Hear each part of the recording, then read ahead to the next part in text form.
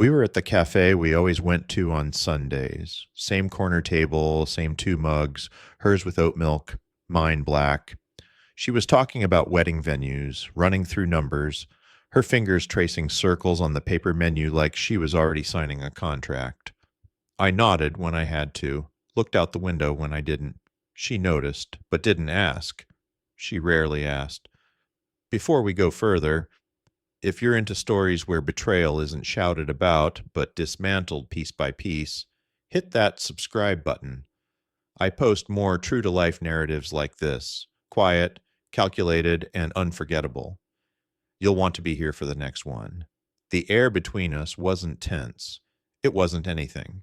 That's what made it noticeable. Like a song you've heard for years suddenly missing one note. I told her the coffee was good today. She smiled without looking up from her phone. Another message. Another half smirk. The kind she thought I couldn't read. She started listing pros and cons for an outdoor wedding. I watched the condensation on her glass slide down and pool at the base. It was easier than listening. She said something about forever in passing, and I wondered how many people she'd said that to. The thought didn't sting. It just sat there. When she excused herself to take a call outside, I stayed seated, didn't follow her with my eyes, didn't check my phone. I just counted the seconds until she came back. She returned with the same smile, the one people wear when they think they've convinced the world nothing's wrong. I didn't call her out. Instead, I took a sip, leaned back, and said quietly, I've been thinking maybe I want some freedom before marriage. She froze, not long, just enough for me to see it. Then she nodded, slow and measured, like we were agreeing on the weather. It was something small, a receipt, folded twice, wedged in the cup holder of her car. I wasn't looking for it. I was reaching for my sunglasses. It slid against my fingers, edges soft from being handled more than once. Can you grab my phone? She asked from the driver's seat, eyes on the road. I placed the receipt on the dashboard without unfolding it. Where's your phone? In my bag. I opened the side pocket, found it face up, screen unlocked. No passcode. The messages were stacked high.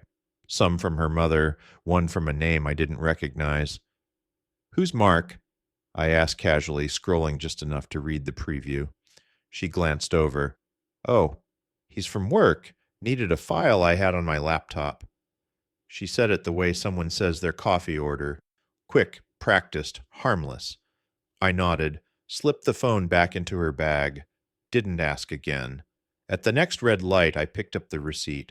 Thursday, 2:14 p.m., 2 lattes, 1 almond croissant, 1 sandwich, a cafe in a part of town we'd never been to together. You were out on Thursday? I asked. Yeah, lunch with a client, she said, tapping the steering wheel in time with the music. She didn't ask why I was asking. I let the paper rest on my knee until we reached home, placed it on the kitchen counter by her keys. She didn't touch it, didn't throw it away.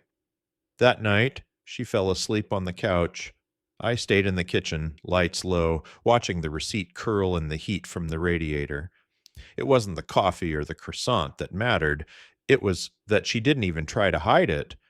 It was 2 weeks later when the second crack appeared, not bigger than the first, just sharper. We were having dinner with a couple she knew from college. They'd just moved back into the city. The conversation was light, easy, until her friend asked, So, how was that little weekend getaway? I kept my eyes on my plate. She didn't miss a beat. Oh, it was nice, quiet, just what I needed. Her tone was too clean, no hesitation, but I'd been out of town that weekend. Business trip. She'd told me she was staying home. Her friend took a sip of wine. You really lucked out with the weather. Mark said it's never that sunny up there in April. The fork in my hand didn't pause, but inside, something locked into place. Mark again. Same casual tone, same invisible thread running between their words. I waited until they left. She collected the plates, humming to herself. Where's up there? I asked from the table. She looked over her shoulder. Oh, just a cabin my coworker rented for a group thing. Which coworker? Mark. You know, the one I told you about. No blush, no stammer, just clean delivery as if the truth wasn't standing right between us. I nodded slowly, pushing my chair back. You didn't mention that before. It wasn't a big deal, she said, rinsing the plates. Her voice didn't rise. Mine didn't either. Later, while she showered, I checked the bank app on her laptop. Not to dig, just to see. There it was, a charge from the same cafe as the receipt, 2 days before the group cabin trip. When she came back into the living room, I was already seated, scrolling through nothing on my phone. Want tea? She asked. Number, I'm good. She sat across from me, tucking her legs under herself. I could feel her watching me, waiting for a question I wasn't going to ask. The thing about certainty is that once you have it, you stop searching. I had enough. I didn't write anything down, didn't save screenshots. I just kept the receipt in my wallet and the bank charge in my head. For the first time, I wasn't wondering if I was imagining it. I was wondering how long I wanted to let it play out. I didn't change a thing. Same morning coffee routine, same goodnight kiss before she left for work. If anything, I was more predictable than usual. People show you more when they think you're not looking. I started taking my lunch breaks in the part of town where that cafe was. Not every day, just enough to feel like a coincidence if she saw me. The first 2 times she wasn't there. The third time she was. Through the front window, I saw her at the same corner table I'd once sat at. Mark sat across from her. They weren't holding hands, weren't leaning close, but their bodies had that subtle alignment, the kind you don't fake.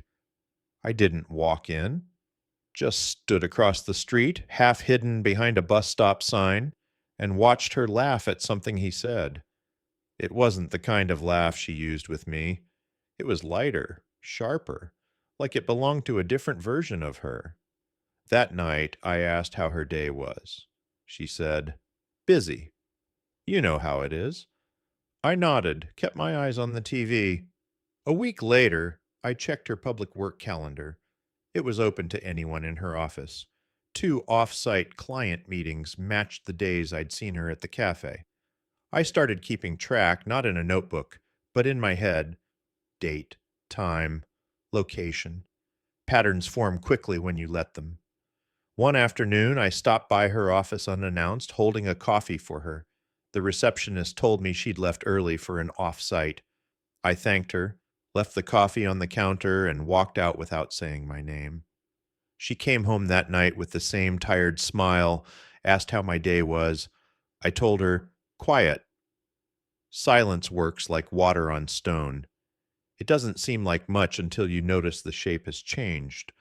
By the end of the month, I didn't just know she was seeing him. I knew when, where, how long. And she still thought I hadn't noticed a thing. I didn't correct her. It was a Thursday evening. She walked in late, hair damp from the drizzle outside, coat still buttoned, dropped her bag by the door like it was too heavy for her arm. Sorry, she said, pulling off her shoes. Traffic was a nightmare. I glanced at the clock. Rough day? Yeah, back-to-back meetings. She didn't look at me when she said it. I nodded, turned back to the cutting board, knife steady in my hand. Her phone buzzed on the counter. A message preview lit up the screen. Hope you made it home safe. M. She reached for it without thinking, thumb pressing the lock button before it faced me. Too quick, too casual. Who's that? I asked, voice low, like I already knew the answer. She smiled, the kind people wear when they're certain their story will hold. Coworker. Just checking in after a long day. I set the knife down. Mark? Her eyes didn't flicker. Yes. Why? Nothing, I said, picking up the knife again. Just wondering.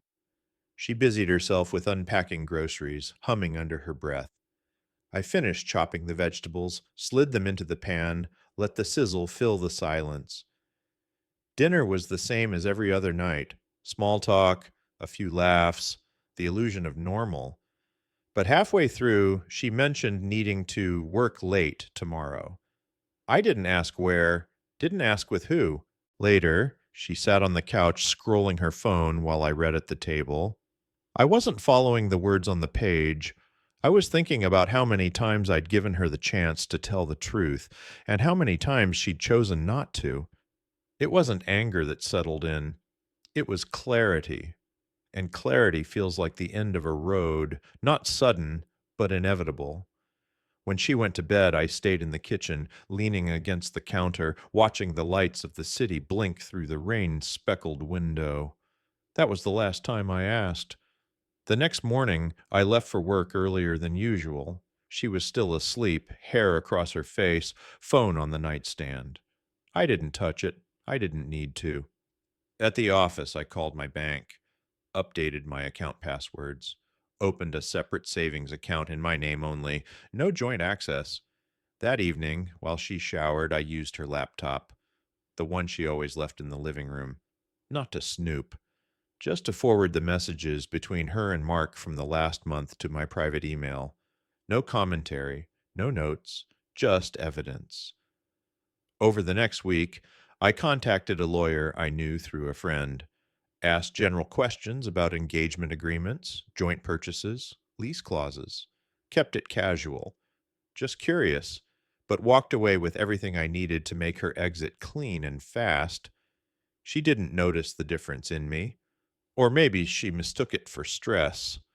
I was quieter, sure, but I still made her coffee in the mornings, still asked how her day was, still kissed her good night. The detachment was gradual, like turning down the heat under a pot until the water looks still but isn't. One night, while she was at yoga, I went through the closet and separated what was mine from what was ours, boxed up the things I wouldn't want her touching later. No rush, no noise. I didn't change my schedule, didn't act out of character. The trick wasn't to hide what I was doing, it was to make sure it didn't look like I was doing anything at all. She still laughed at her phone sometimes when she thought I wasn't watching, still left her bag on the couch with the zipper half open, still believed she was 2 steps ahead.